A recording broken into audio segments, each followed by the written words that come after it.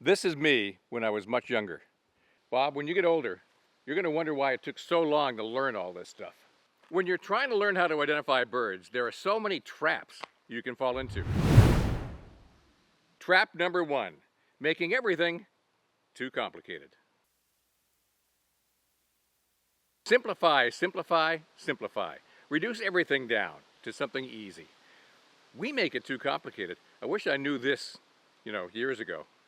Fundamentally, if you see a bird, you either know it or you don't know it. And if you do know it, well, done. Positive ID. If you don't know it, you start to sort out the possibilities and you toss out the ones it can't be. Here's your bird. The only thing a Canada warbler and a Canada goose have in common is Canada, so you can throw out the goose. It's a really quick sort, actually. You either know it or you don't know it, and if you don't know it, then size, shape, color, field marks. Somewhere in there, you try to figure out what family it's in so you know where to look in the book. Pretty soon, that big pile of possibilities is whittled down to just a handful. The fastest way to figure out what a bird is to figure out what it isn't. Next, a field guide is going to be your best friend and your worst enemy.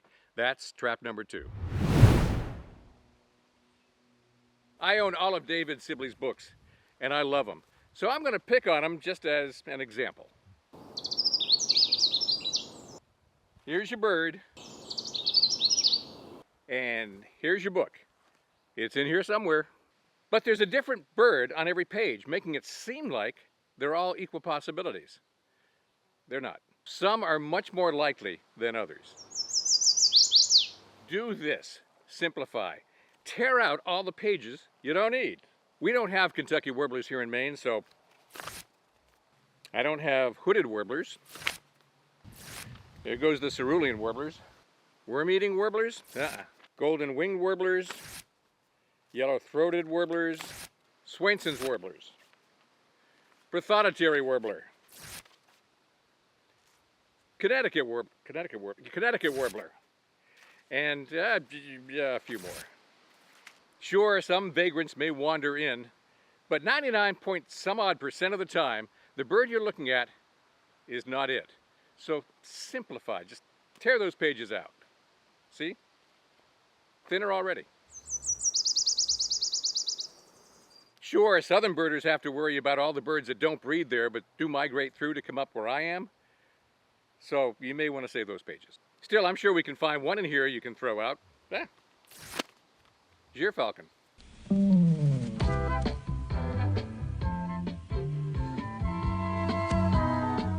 Golden-cheeked warbler. That's in the Eastern Field Guide, but that's like in Texas. That's not ever going to be where I am. Actually, I've got the Western Guide here too. You want to throw out some more pages? Because we can do it. Nah, never mind. Let's move on. By the way, a year or two ago, I did this video on the worst way to identify a bird. And I'll post that link at the end. Trap number 3. Getting lost in the weeds. Learning stuff you don't need to know right now. You can learn it later. There's a lot of fancy names for parts of the bird. Just the head alone has things like the supercilium, the lores, the auriculum, the malar. Learn them and use them if you want to. They're usually in the front part of every guidebook.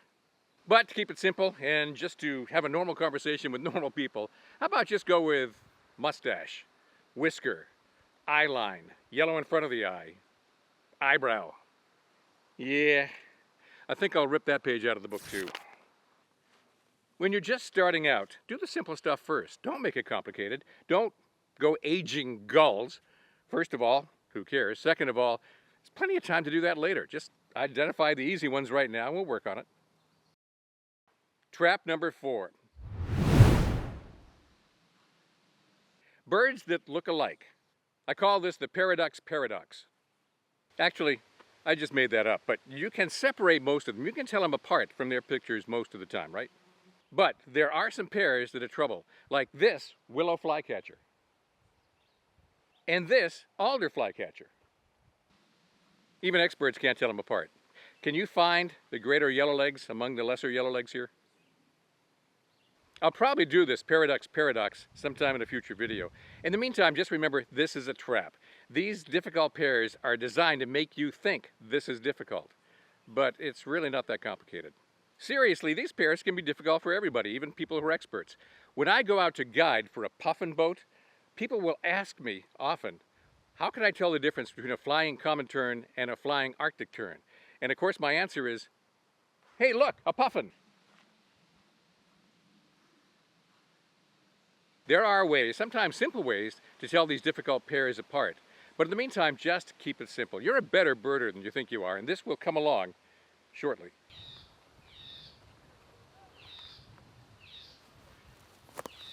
What? Oh, for God's sakes. You guys are mad at me. Wait a minute. Red-eyed vireos are, I'm neither young. Sorry. That was awkward. Usually red-eyed vireos, when they make that sound, they're just mad at the local blue jays. But they were mad at me. I guess I was like right under the kids. Sorry.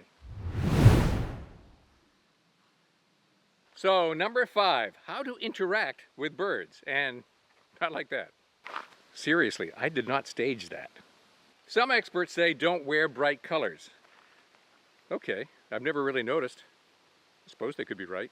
What I have noticed is if you don't want birds to think you're a threat, don't look like a threat. Don't look like you're sneaking up on them. Don't point at them. Although guides always do because we forget. Yeah. Don't be noisy and pay attention if they're showing the alarm. If they're calling a lot while you're there, you might be near the kids. Am I right? Am I right? Wait a minute. Be noisy. At least pish to see if you can arouse curiosity.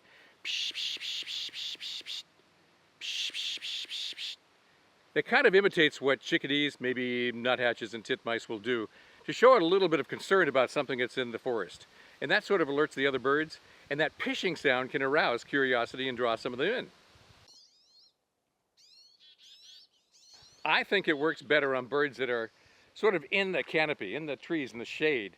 When I find birds out in the sunlight, they seem to disregard me a whole lot more.